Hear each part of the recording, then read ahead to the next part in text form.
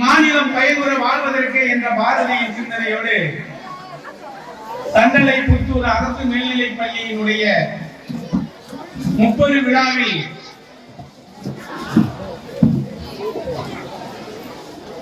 வரவேற்புரையாற்றி அமர்ந்திருக்கிற பாராட்டுக்குரிய அன்பு சகோதரர், பள்ளியினுடைய தலைமை ஆசிரியர், அன்பிற்கினிய ஐயா ஸ்ரீ புகழேந்தி அவர்களே, முன்னிலை வகித்திருக்கிற சான்றோர் பெருமக்களே, தலைமை ஏற்றிருக்கிற முதன்மை கல்வி அலுவலர் அவர்களே, குத்துவிளக்கு ஏற்றி சென்றிருக்கிற ஒன்றிய பெருந்தலைவர் அவர்களே, காவல் ஆய்வாளர் செல்லத்துறை அவர்களே, போட்டியை தொடங்கி வைத்து அறிவுரை வழங்கி இருக்கிற ராமச்சந்திரன் அவர்களே, மற்றும் நிகழ்ச்சி நெறியாளர்களாக வீட்டிருக்கிற முதுகலை தமிழாசிரியர் சாந்தி அம்மையார் அவர்களே, முதுகலை ஆசிரியர் முத்துக்குமார் அவர்களே, என்னை அன்போடு வரவேற்று மகிழ்ச்சியிலே அழைத்து வந்திருக்கிற அன்பின் கிரிய ஆசிரியர் பட்டதாரி ஆசிரியர் ஐயா சின்னத்துறை அவர்களே, நிறைவாக இந்த விழாவிலே நன்றி உரை நல்க இருக்கிற உதவி தலைமை ஆசிரியர் ஐயா நடராஜன் அவர்களே, மற்றும் இந்த விழாவை சிறப்போடு நடாத்தி கொண்டிருக்கிற ஆசிரியர் பெருமக்களே, சிறப்பு விருந்தினர்களே, என்னுடைய வகுப்பு தோழியும் தலைமை ஆசிரியர், பள்ளியினுடைய தலைமை ஆசிரியருடைய துணைவியாருமான அன்பு தோழி அவர்களே, மற்றும் இந்த விழாவிலே கலந்து கொண்டிருக்கிற பெரியோர்களே, சான்றோர்களே, எல்லோருக்கும் என்னுடைய அன்பு வணக்கத்தை முதற்கண் தெரிவித்து மகிழ்வதிலே பற்றற்ற மகிழ்ச்சி அடைகிறேன்.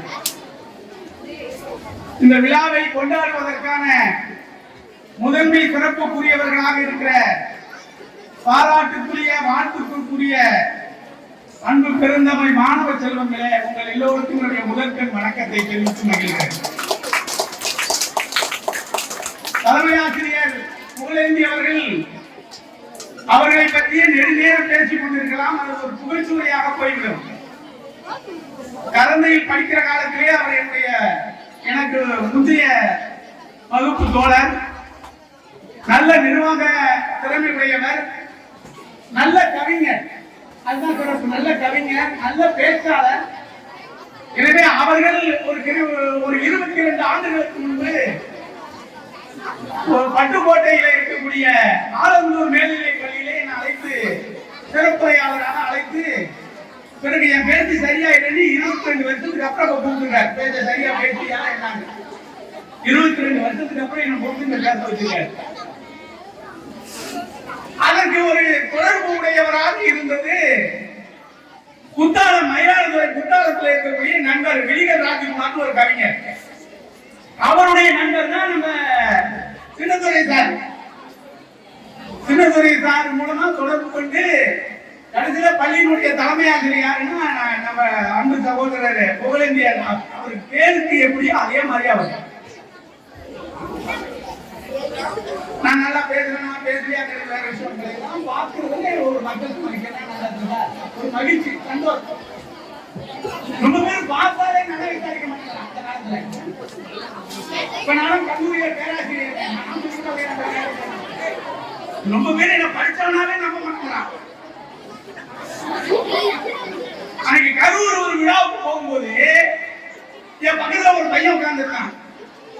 அவன்கிட்ட கேட்டேன், நீ என்னடா படிக்கிறேன்னா, நான் அந்த மாதிரி பிகாம் படிக்கிறேன்னா. அப்புறம் பஸ்ல விட்டு இறங்குற சமயத்துல அவனை நான் கேட்டேன், நீ என்னடா படிக்கிறேன்னா பிகாம்னா. அவன் என்ன கேட்டான், நீங்க என்ன சார் படிச்சிருக்கீங்கன்னா. நான் இந்த மாதிரி எம்ஏ எம்பி பிஹெச்டி. அதுக்கு அவன் சொன்னா, எதுல விளையாண்டாலும் படிப்புல விளையாடாதீங்க சார். படிச்சவனாவே நம்ப மாட்டேங்கிறேன் சார். நான் எம்ஏ படிச்சிருக்கேன், எம்பி படிச்சிருக்கேன். எனக்கு எங்க மாமியார் பொண்ணு கொடுக்கும் போது என் மாமியார் கேட்ட முதல் கேள்வி என்ன தெரியுமா, உங்க ஒரிஜினல் படிக்க சர்டிபிகேட் கொண்டாந்து தான் கேட்டு. ஏன்னா படிப்புக்கு அழகு தேவையில்லை, அதுவே ஒரு அழகு தானே, படிப்பே ஒரு அழகு தானே. அதுல இருக்கிற பிள்ளைங்க இந்த மேல்நிலை பள்ளியில படிக்கிற பிள்ளைகளை பார்க்கும்போது ரொம்ப மகிழ்ச்சி. நல்லா கல்லூரியிலான பாடம் நடத்தி விட்டாங்க. 3 வருஷம் முடிச்சுட்டு போறவன் வந்து என்கிட்ட ஒரு நாள் ஒரு 3 பயம் வந்து ஐயா வணக்கம் வணக்கம் தம்பிங்க. அவன் சொன்னான், சார் நீங்க பாடம் நடத்துறீங்க, ஆனா கடைசி வரைக்கும் நீங்க என்ன நடத்துறீங்கன்னு சொல்லவே இல்லை. ஏன்னா பாரதியார் சொன்னாரு, கம்பர் சொன்னாரு, வள்ளுவர் சொன்னாரு, அவன் சொன்னான் இவன் சொன்னான்னு எவன் சொன்னதையும் சொல்லிட்டு போனீங்களே தவிர நீங்க என்ன சொன்னீங்கன்னே கடைசி வரைக்கும் சொல்லலைங்கிறான். அதுல இன்னொருத்தன் சொன்னா அவர்கிட்ட விஷயம் அவர் சொல்லுவாரு, அடுத்தவங்க பேச்சு வாங்கியே சொல்லிட்டு போறாருங்கிறான். ஆனா இந்த அப்படி இல்லை. இந்த மாணவர்கள் தான் அரசு மேல்நிலை பள்ளியில் படிக்கக்கூடிய மாணவர்கள் பெரிய பெரிய பாராட்டுக்குரியவர்கள். அப்படிதான் சொல்லிட்டு ஓட்ட வேண்டியது.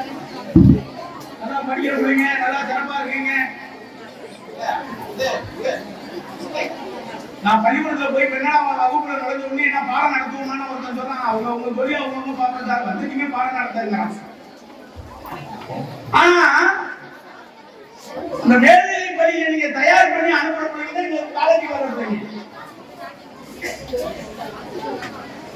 காலேஜ்ல வந்தா அந்த பிள்ளைங்க எப்படி இருக்குன்னு தெரியாது. இப்ப இந்த காலேஜ்ல போன வருஷம் நடத்துற பொங்கல் விழாவில பாதி நடத்திட்டு இருக்கும் போது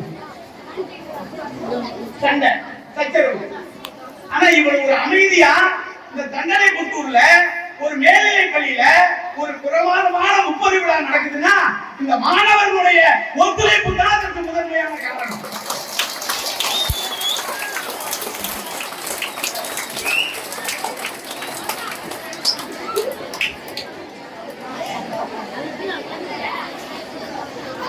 எங்க கல்லூரியில ஒரு பையன் அங்கே இருந்து வந்தான்.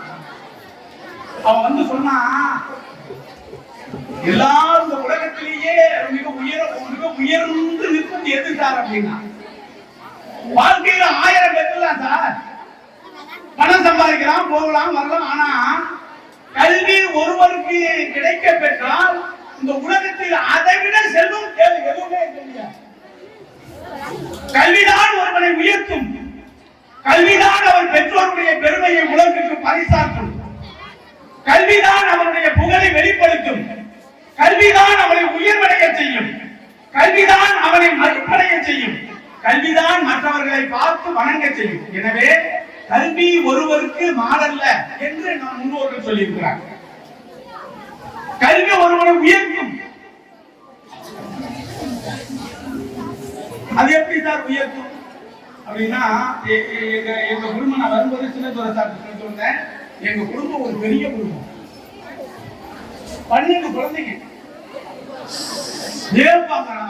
அப்படி சொல்லாது, ஒரு ஈடு இட்லி இருக்கிற மாதிரி. அதுல ஒரு சிறப்பு என்ன தெரியுங்களா, 12 பேருமே ஆம்பளை பிள்ளைங்க. அதான் அதை விட சிறப்பு. இதோட சிறப்பு என்ன தெரியுமா, 12 பேருமே அரசு உத்தியோகம் இருக்கும். அது அதை விட சிறப்பு. 12 பேர் ஆம்பளை பிள்ளைங்க, 12 பேர் அரசு உத்தியோகத்துல இருக்கும். அதை விட ஒரு சிறப்பு என்ன தெரியுங்களா, கடைசி வரைக்கும் எங்க ஊர்ல எங்க அப்பா தான் பிரசிடண்ட். ஏன்னா மொத்தம் 500 ஓட்டு 390 ஓட்டு ஏன் விட்டு ஓட்டாரு ஏன் கேட்பான்.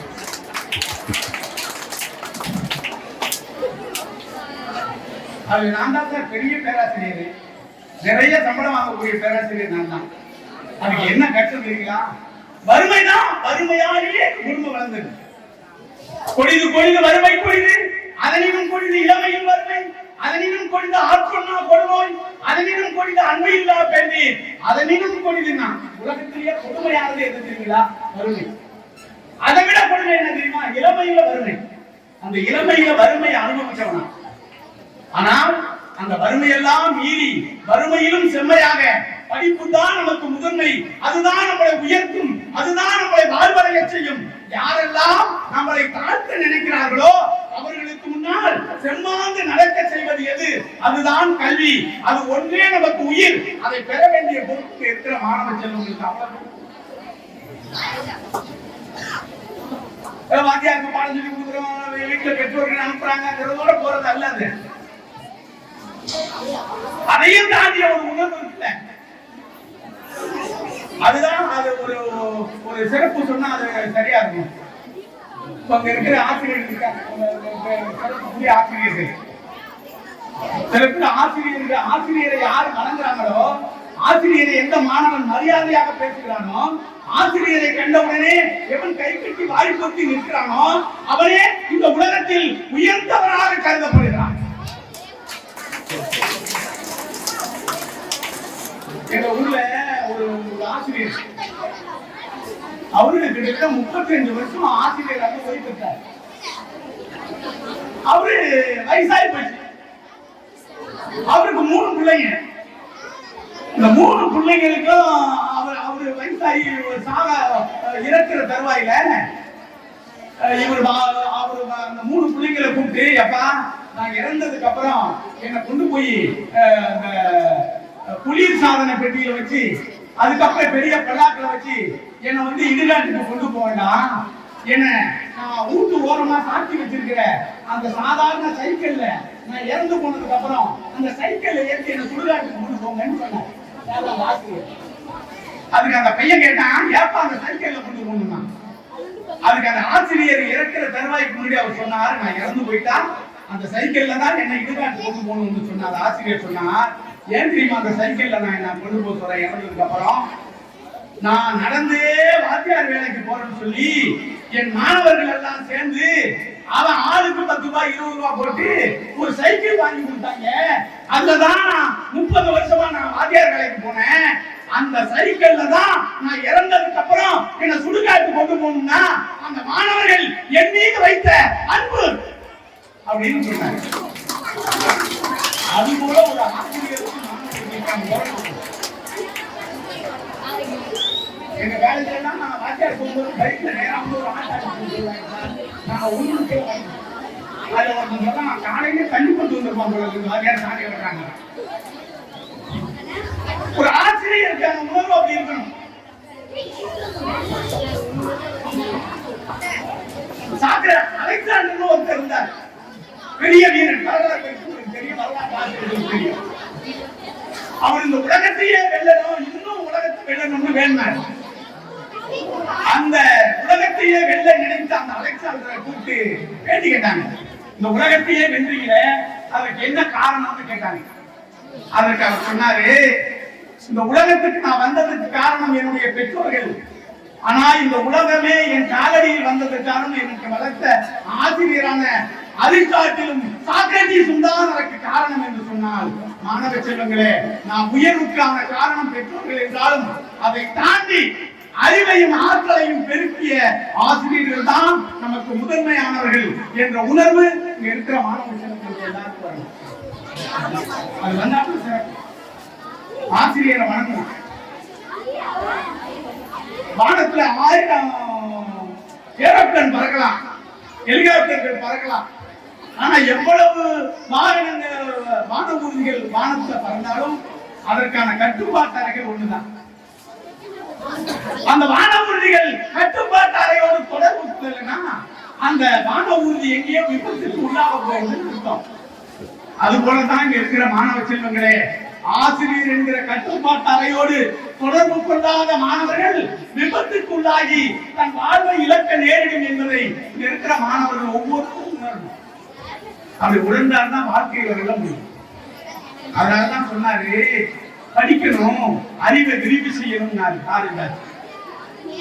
கண்ணன் கருத்த இருட்டின் கரையே துங்கும் நரம்பின் தூளே இமைதிர எழுந்து நின்றாய் எண்ணுவாய், ஏறுவானை இடிக்கும் அளவே ஏறு விடாமல் ஏறு மென்மேலும் ஏறி நின்று பாரடா எங்கும் எங்கும் பாரடா இப்புவி மக்களை பாரடா உன்னுடன் பிறந்த மட்டாளம் என் குலம் எட்டுணி தண்ணீரம் ஒட்டிய மக்கள் பெருங்கடல் பார்த்து மகிழ்ச்சி கொள், அறிவை விரிவு செய் அகண்டமாக்கு, விசால பார்வையால் விழுந்து மக்களை அணைந்து கொள், உன்னை சங்கமமாக்கு, நானிட சமுத்திரம் நான்கு கூறு என்று அறிவை விரிவு செய்து ஆற்றலாலும் அறிவாலும் இந்த உலகத்தை தன்மையப்படுத்தக்கூடிய மாணவ செல்வங்களாக இங்க இருக்கக்கூடியவர்கள் மாறினால்தான் இந்த உலகம் உன்னை மதிக்கும்.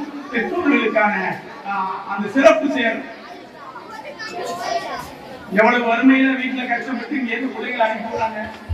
எவ்வளவு பேரும் 3 நாள் வேலைக்கு பெற்றோர் இருப்பாங்க, தச்சு வேலைக்கு போறவங்க இருப்பாங்க, கொத்தனார் அப்பா அம்மா கொத்தனாரா இருப்பாங்க, அப்பா சித்தாள் வேலைக்கு போற பிள்ளைங்களா இருக்கும். இவங்கள பிள்ளைங்க எல்லாம் படிச்சு நாளைக்கு இன்ஜினியராகவும் மருத்துவராகவும் கலெக்டராகவும் வளர்ந்தா எவ்வளவு மகிழ்ச்சி உங்க பெற்றோர்களுக்கு நீங்க கொடுக்குறீங்க. அங்க இருக்கிற எல்லா பிள்ளைங்களும் உணரணும். இங்க இருக்கிற மாணவ செல்வங்க எல்லாரும் உணரணும்.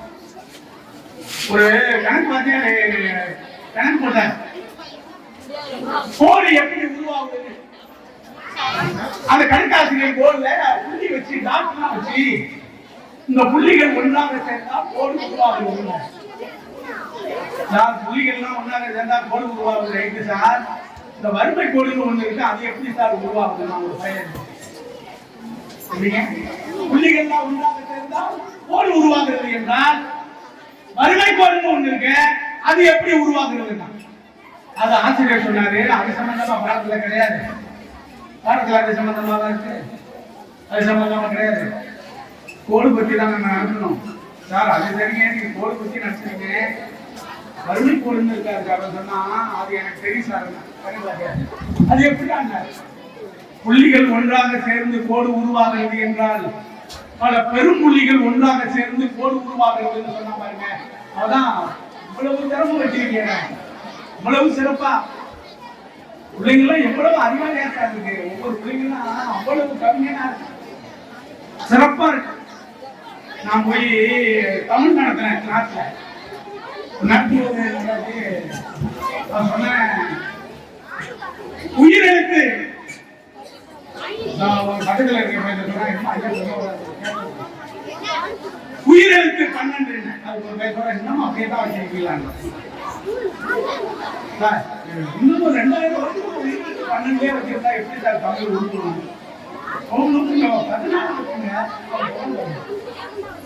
உயிரெழுத்து 12, மெய்யெழுத்து 18, ஆயுத எழுத்து 1.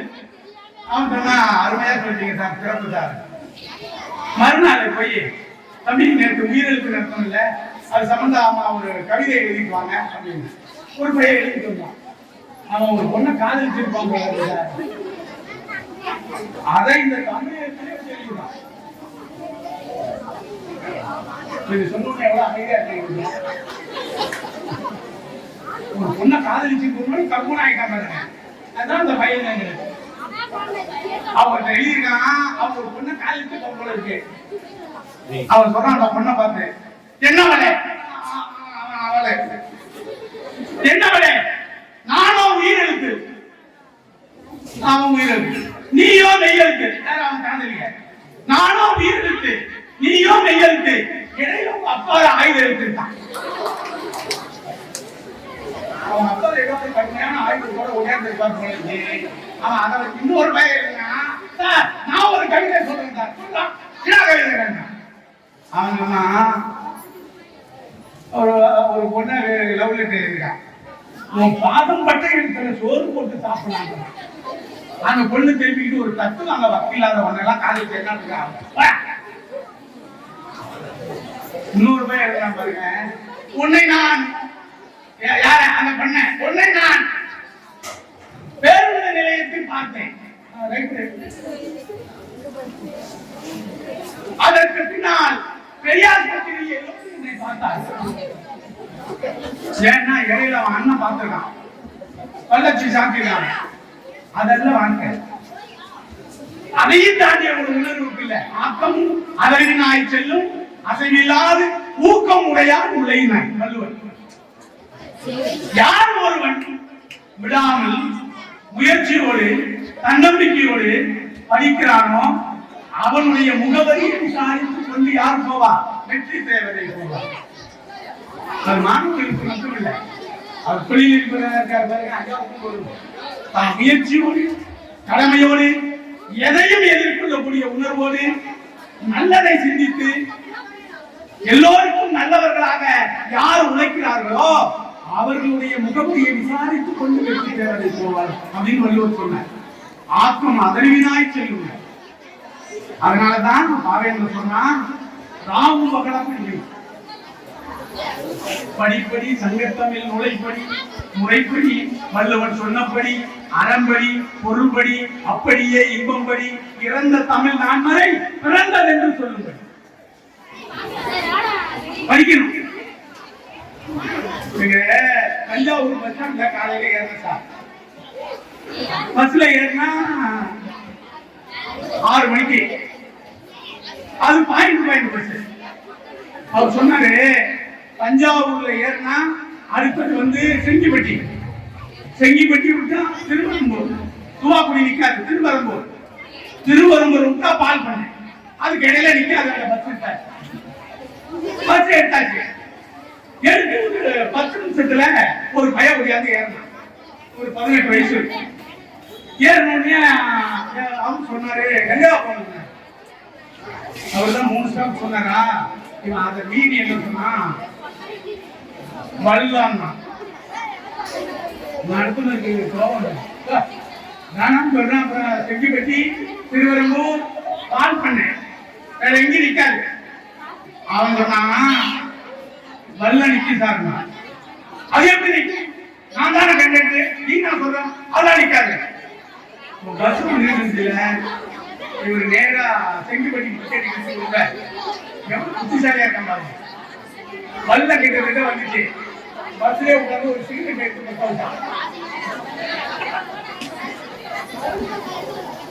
கண்டக்டர் நேரம் ஓடி போய் ஓடுற வண்டியில சிகரெட் குடிக்க கூடாது அப்படின்னாரு. அதுக்கு அவன் சொன்னா ஓடுற வண்டியில சிகரெட் குடிச்சா என்ன பண்ணுவீங்கன்னா இறக்கி விடுவோம்னாரு. இறக்கி விடுங்கன்னா வல்ல வந்துச்சு. இந்த பைவடி கூட கெட்டியா இருக்காங்க. அதுக்கு அவன் சொன்னா இன்னும் சில பேர் இருக்காங்க பஸ்ல இடம் முடிக்கிறதுலே பெரிய பார்த்துக்கா. ஒரு 4 நாளைக்கு முன்னாடி கும்பகோணம் பஸ் ஸ்டாண்ட்ல இறங்கல, என்னை இறங்கவே விட மாட்டாங்க. எந்த வாகனத்துல இறங்குறனோ அந்த வயிற்றுலேயே என்னை தள்ளி கொண்டு போய் நான் எந்த சீட்ல உட்கார்ந்தா அதையே மறுபடியும் உட்கார்ந்துட்டேன்.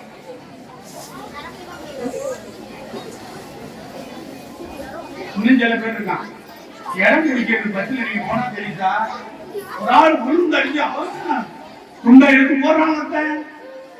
ஒரு அம்மா 6 மாத குழந்தைய தூக்கி இறக்க போடுறான்னு போடுது. ஒரு பைய போட்டான். ஒரு அம்மா வெட்டவே படல சார், கொண்டைய கட்டி சீட்ல வச்சிருச்சு. நம்ம நேரா போய் கொண்டதானே உட்கார்ந்தால நல்ல ஈரூசி நாள் இருந்துட்டதுல பார்க்கணும். அந்த காட்சியெல்லாம் பார்க்கணும். இந்த பயிர் கொடுத்தது சில பேருக்கு இந்த காலத்துல முடி வெட்டிட்டு வருவான். வீட்டுக்கு ஒருத்தங்க முடியல பட்டு இருக்கிற நிறைய தலைவர் பார்த்தீங்களா? ஆனா இங்கெல்லாம் அப்படி இல்லை, நல்ல பிள்ளைங்களா இருக்காங்க. ஒருத்தர கை தட்டணும் தம்பி.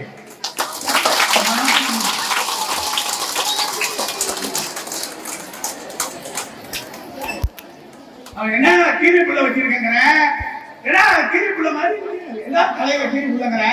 அவனுக்கு ஒரு இன்னொரு சொல்றான், அவன் வரான் அவன் பாம்பு வச்சிருக்கான் சார். இப்ப 2 பேருக்கு சண்டை வருமா இருக்கிறான். எதுக்கு கீரிப்புள்ளைக்கும் பாம்புக்கும். ஆனா இங்க எவ்வளவு அருமையா நல்லா சந்தோஷமா தண்டலை பெற்றுனா அவ்வளவு அருமையான பிள்ளைங்களா இருப்பாருங்க. ரொம்ப பாக்குறதுக்கு அவ்வளவு மகிழ்ச்சியா இருக்கு பார்த்தீங்களா, அந்த மாதிரி இருக்கணும். அதனால இங்க இருக்கிற பிள்ளைங்க நம்மளுடைய இலக்கு அடைகிறதுக்கு இன்னும் சொல்ல போனா எதை நினைக்கிறோமோ அதுவா மாறணும். எது நினைக்கிறோமோ அதுவா மாறணும். எண்ணியாங்கி எய்துவ எண்ணிய திணியராக தெரியும். எதுவாக ஆக நினைக்கிறோமோ அதுவாகவே நாம் மாறணும். அப்படி மாறினாதான் அந்த இலக்கு நமக்கு ஈஸியா கிடைக்கும், வெற்றியை நம்மளால பெற முடியும். சென்னையில ஒரு அம்மா ஆசிரியரா இருக்காங்க, பட்டதாரி ஆசிரியரா. அவங்க பொண்ணு கலெக்டரு, அந்த மாவட்டத்துக்கு கலெக்டரு. இந்த அம்மா பட்டதாரி ஆசிரியர் நல்லாசிரியர் வாங்கிட்டாங்க. நல்லாசிரியர் இருந்த கலெக்டர் அம்மா கொடுக்கணும். கலெக்டர் யாரு? மக. பட்டதாரி ஆசிரியர் நல்லாசிரியர் யாரு? அம்மா. அம்மா மக கையால அரிசி வாங்குதுன்னா அதை விட சிறப்பு என்ன? அது மாதிரி மாறணும். இங்க இருக்கிற நாளைக்கு ஒரு இன்ஜினியர் இருக்காங்க, இங்க இருக்கிற டாக்டர் இருப்பாங்க, இங்க இருக்கிற நல்ல ஆசிரியர்கள் இருப்பாங்க. இந்த நாளைக்கு ஒரு எம்எல்ஏ இருக்கலாம். இங்க ஒரு நாளைக்கு இன்னும் சொல்ல போனா ஒரு பெரிய மருத்துவ இருக்கலாம். புகழேந்தையா மாதிரி நடராஜையா மாதிரி பேருக்கு எனக்கு தெரியல. அவங்கள மாதிரி ஒரு நல்லாசிரியர் ஆகலாம், என்ன மாதிரி கோடைடி ஆகலாம். எவ்வளவு இந்த கோடைடி பட்டம் வந்திருக்கு நான் பட்டிருக்க பாருங்க. அது கொஞ்சமான புகழேந்தைக்கு தான் தெரியும். எங்க வாத்தியார் பாடத்தை சரியா படிக்கிறேன்னா தந்தி அலங்காரம்னு ஒரு பாடம் தமிழாசிரியர்களுக்கு தெரியும். அதுல ஒரு பெருஞ்சாப்பினா என்னங்கிறது எங்க முத்தாத்தல் ஐயாரு எங்க முதல்வர் ஐயாவுக்கு தெரியும், சகோதரிக்கு தெரியும். அதுல ஒரு 18 வரி பாட்டு அப்பெல்லாம் மனனம் பண்ணணும். 18 வரி பாட்டை மனனம் பண்ணலன்னு வகுப்புல 50 பேரு, அதுல 20 பொம்பளை பிள்ளைங்க. எங்க முதல்வர் கால்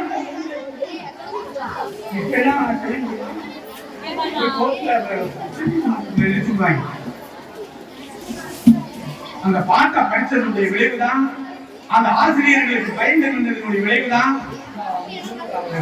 உங்களுடைய தலைமை ஆசிரியர் புகழேந்தி ஐயா உட்கார்ந்துருக்காரு பாருங்க. இந்த வெள்ளைக்கும் இந்த கருப்புக்கான உழைப்பு 1000 மணி. பிள்ளைங்க டாக்டர் படிக்குது. இங்க இருக்கிற பிள்ளைங்க அது மாதிரி உயர்வு வைக்கணும், என்ன பேசுறாங்கன்னு கவனிக்கணும், கேட்கணும். சாப்பாட்டுக்கே வழி இல்லாம, காலை சாப்பாடு இல்லாம, தினமும் மாடு மேய்ச்சிட்டு விரவு வெட்டி விட்டுட்டு அதுல உழப்பு நடத்தி வளர்ந்த பெருகி சார்ந்தவர்கள். பேப்பர் போட்டு வளர்ந்தவர் தான் அப்துல் கலாம். அவர் தான் ஜனாதிபதியா வந்தாரு. இன்னைக்கு முர்மு இன்னைக்கு ஜனாதிபதியா இருக்கிற அம்மையாரோட அவங்களுடைய அவங்களுடைய வாழ்க்கையே ஒரு போராட்டமான வாழ்க்கை.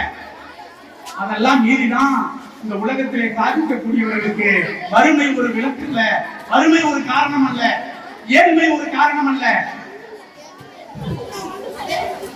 அதையும் மீறிதான் அவங்க எல்லாம் உழைப்பு உயர்ந்து இருக்கிறாங்க. அவ்வாறான உழைப்புக்கு தகுதியானவர்கள் தான் இருக்கிற மாணவ செல்வங்கள். பாரதியார் சொன்னது மாதிரி, பாவேந்தர் சொன்னது மாதிரி, தலைவாரி பூச்சூடி உன்னை பாட சாலைக்கு புரிந்து சொன்னால் உன் அன்னை மணவாளை அல்ல ஓ கல்வி, நீ வாயார உண்ணுவாய் போய் என்று கல்வி, சிலையாக ஏன் அங்கு நின்றால் நீ சிந்தாத கண்ணீரை ஏன் சிந்துகிறாய், விலை போட்டு வாங்கவா முடியும், கல்வி வேலை தோறும் சென்று கற்பதால் படியும், கடிகாரம் ஓடு முன் ஓடி என் கண்ணன் அண்டை விட்டு தீர்ந்தது படிப்பு ஓடணும்.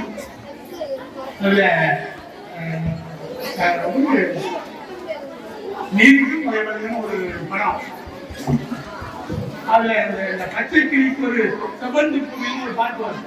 அது எனக்கு பாட தெரியாது, நான் எப்படி பாடுறது. வகுப்புல போய் ஒரு சுந்தரனுடைய தேவாரம் அதை நடத்துறேன். அதை நடத்தினா நான் சும்மா சொல்றேன், பித்தா பெருச்சூடி பெருமானை அருளாளா செத்தா மறவாது நினைக்கின்றேன் மனத்துணைங்க. அதுல ஒரு பையன் எழுதிருக்கான் வகுப்புல, ஐயா இந்த பாட்டுக்கு ராவா பாடுறீங்களே அப்படின்னா, ராவான்னு ஏதாவது கலந்து பாருங்க, எனக்கு பாட வராதுறாங்க. அதுக்கு அவன் சொன்னா, பாட வராதுன்னு எங்களுக்கு படிப்பு நம்ம முயற்சி பண்ணுறீங்க, முயற்சி பண்ணுங்க. சரின்னு கண்ணை மூடிக்கிட்டு நான் அந்த பாட்டா பாட ஆரம்பிச்சேன். பித்தா பிறை சூடி பெருமானே அருளாளா எத்தா மறவாது நல்ல கண்ணை மூடிருக்கேன். பொம்பளை பிள்ளைங்க பக்கத்துல இருந்து அரகர மகாதேவான்னா நான் விடல. பைத்தாய் பெண்ணை பெண்பால் பெண்ணை நல்லூர் அருள் துறையில் பையனுங்க தென்னாடுடைய சிவனே போற்றி. நான் கண்ணை மூடுல ஒரு பைத்தாய் பெண்ணை பெண்பால் வெண்ணை நல்லூர் அருள் துறையில் எத்தா மறவாது அப்படின்னு தென்னாடுடைய சிவனே போற்றி. 4 நாளா இவன் எடவா போச்சு. நான் பாரு சார் முடிச்சு பாக்குறேன், என்ன பாடுன்னு சொன்னா பாருங்க, அவன் கண்ணுல இருந்து தண்ணி ஒழுங்குதான் ஒழுங்கு பாட்டையே நினைச்சுட்டாங்க. அன்னைக்கு போனவன் 15 நாள் அவனை காணும். அவன் பேரு மாதவன். என்னடா மாதவனே காணுங்க, அவன் போயிட்டான். 15 நாள் கீழவாசல பாக்குறேன், சித்தா பிறை சொல்லி அவனை இரும்பு கட்டை ஒழுங்கு நிறுத்தி அவன் என்னை கூப்பிட்டு அறிமுகப்படுத்துறான். யாருக்கிட்ட? அவன் ஃப்ரெண்டு கிட்ட. ஐயாவை பாடையில வச்சு பார்த்தா அவன் திரும்ப அவன் சொல்ல வந்தது நல்லா பாடும்போதுன்னு சொல்ல வந்தான். ஐயா அவன் பாடையில வச்சு பார்த்தா அவ்வளவு அழகா இருப்பாரு. நான் பாருங்க, காணப்பறவை கலகலன ஓசையிலும் காற்று மரங்களிலே காற்று விசையிலும் ஆற்று நீர் ஓசைய அறிவு ஒளியிலும் நீல பெருங்கடலை நேரமும் தானத்தைக்கும் ஒழுக்கிலேயே குதிக்கும் செய்யிலும் மானுட பெண்கள் வளம் இருக்காதலினால் ஊனுருங்க பாடுவதில் ஊருகின்ற வாரியிலும் ஏற்ற நீர் பாட்டியும் செய்யிலும் நெல்லடிக்கும் கொற்றடியா கொக்குவேன கொஞ்சம் ஒளியிலும் சுண்ணம் பிடிப்பார்தன் சூரிகின்ற பண்களிலும் கண்ணை மடவார் வலதுபல பாட்டிலும் தேயிலும் இணை முதலாம் மனிதன் வாயிலும் கையிலும் வாசிக்கும் பல்கருவி நாட்டிலும் காட்டிலும் நாளெல்லாம் நன்றொழிக்கும் பாட்டிலும் நெஞ்சை பறிகொடுத்தானே அந்த எட்டைய புறத்து கவிஞர். அன்பு மாணவ செல்வங்களே, நீங்க உட்கார்ந்து கேட்கிற இந்த அழகு, நீங்க எல்லாம் கலை நிகழ்ச்சியில் இருக்கீங்க, அது எனக்கு நல்லா தெரியுது. அப்புறம் கலை நிகழ்ச்சி இருக்கு, ஆட்டம் பாட்டத்துல உட்கார்ந்து இருக்கிறோம். அதுல இப்ப நீங்க என்ன நினைக்கிறீங்க? ஒரு ஆள் இடையில வந்து கட்டிடாதான் இது தேவையா? அதுக்கு இன்னொரு சொல்றான் நிறுத்தி வர்றாங்க. அதனால நீங்க உட்கார்ந்து இருக்கிறதுல எனக்கு தெரியுது. இந்த சூழல்ல இந்த விழாவில முற்றுவிழாவில ஒரு அருமையான வாய்ப்பு, சந்தோஷம், எனக்கு மகிழ்ச்சியா இருக்கு பேசுறது.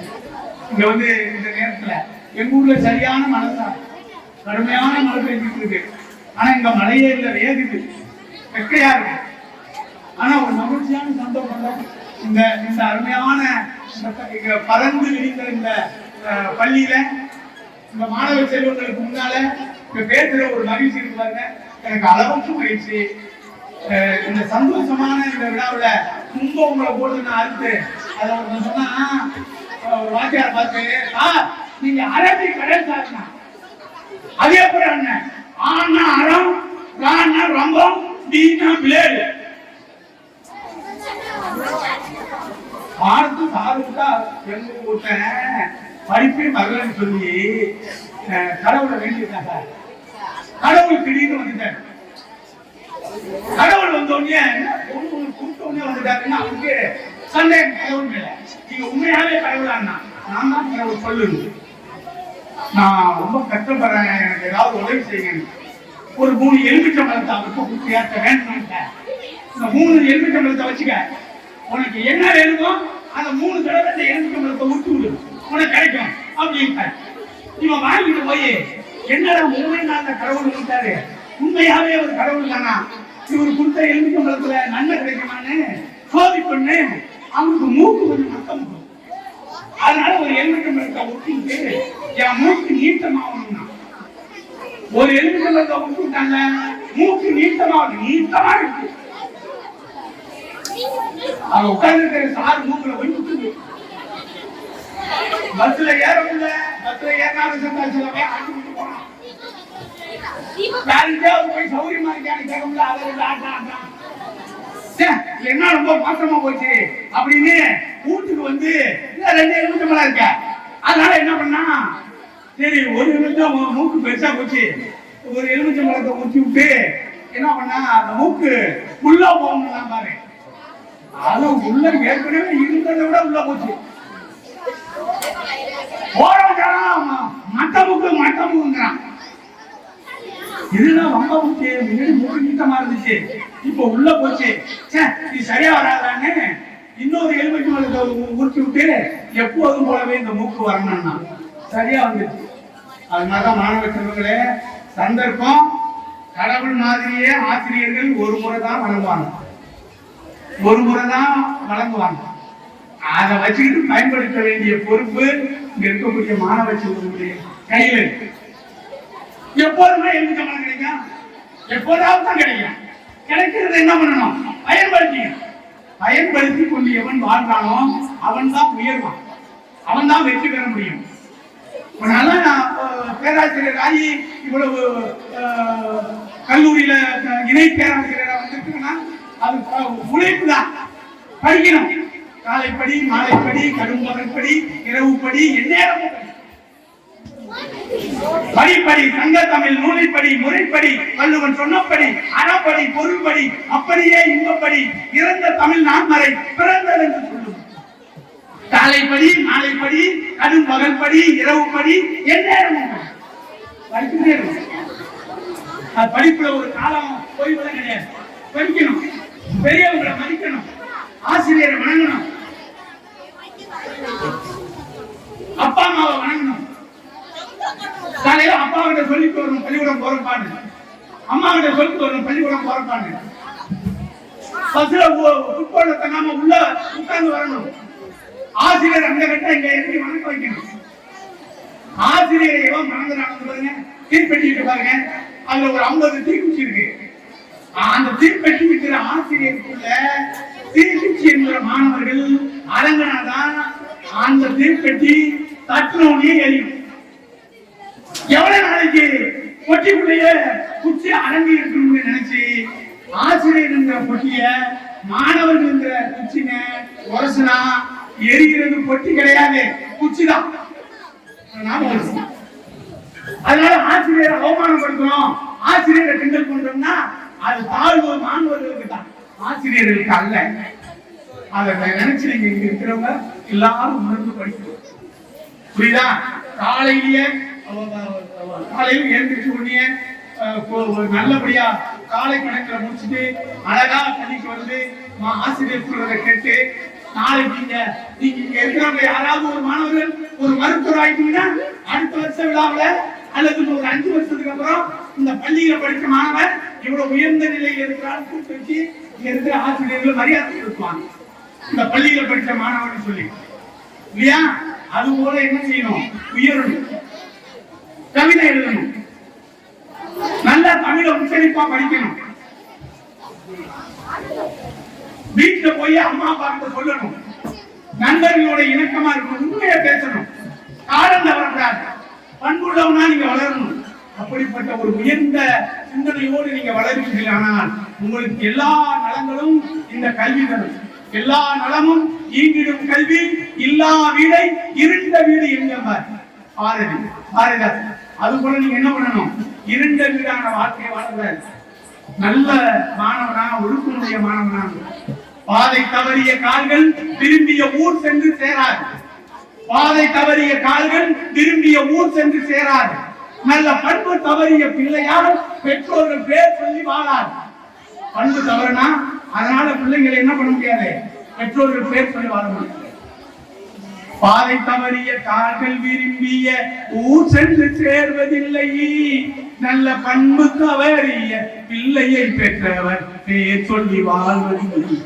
நான் ஆராரோ என்று இன்னும் யார் யாரோ வந்து ஒரு பாட்டு. அப்படி பண்பு தவறாத பிள்ளையா நீங்க வளரணும். ஆறு கரையில் அடங்கி நடந்துட்டால் காடு வளம் பெறலாம். நல்ல பண்பு நெறி கொண்டு பிள்ளை வளர்ந்துட்டால் இந்த நாடு வளம் பெறலாம்.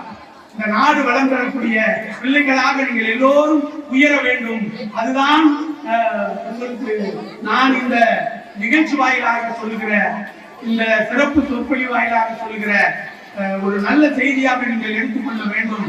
எனவே சொர்க்கம் என்பது எது, நரகம் என்பது எது? சொர்க்கம் என்பது நம்மிடத்தில் இருக்கிறது, நரகமும் நம்மிடத்திலே இருக்கிறது. நல்ல வார்த்தை பேசணும், நல்ல சொல்ல சொல்லணும், நல்லவர்களோடு இணக்கமா இருக்கணும். இப்படி வாழக்கூடிய வாழ்க்கை தான் உயர்வான வாழ்க்கையை தரும். அதுதான் இந்த கல்வி நமக்கு தருகிறது. எனவே அன்புக்குரிய மாணவ செல்வங்களே, இந்த 30 விழாவில் மூலமாக எழுப்பெருமிக்க இறைவனாக இருக்கக்கூடிய ஆசிரியர்களை மதித்து அதற்கு தன் முழுமையான உழைப்புகளை தரக்கூடிய பெற்றோர்களுக்கு நீங்கள் நல்ல மரியாதையுடையவர்களாக வளர்ந்து எல்லா நலங்களும் பெற்று எல்லா நலங்களையும் பெறக்கூடியவனாக நீங்கள் இந்த உலகத்திலே உயர்ந்து நிற்க வேண்டும். தமிழுக்காக தலை கொடுத்த வள்ளலை போல, தமிழுக்காக ஈடு செய்த பெரியோர்களை போல, கம்பனை போல, வள்ளுவனை போல, பாரதியை போல, பாரதிதாசனை போல இந்த உலக புகழை எய்யக்கூடிய கவிஞனாக, அறிஞனாக நீங்கள் உயர வேண்டும் என இந்த நல்ல பொழுதை கேட்டுக்கொண்டு அருமையான வாய்ப்பை இந்த கல்லூரி தலைமை ஆசிரியர் உள்ளிட்ட அத்துணை பேராசிரியர்களுக்கும் நன்றி கூறி, வாய்ப்பு தந்தமைக்கு நன்றி கூறி விடைபெறுகிறேன். நன்றி, வணக்கம்.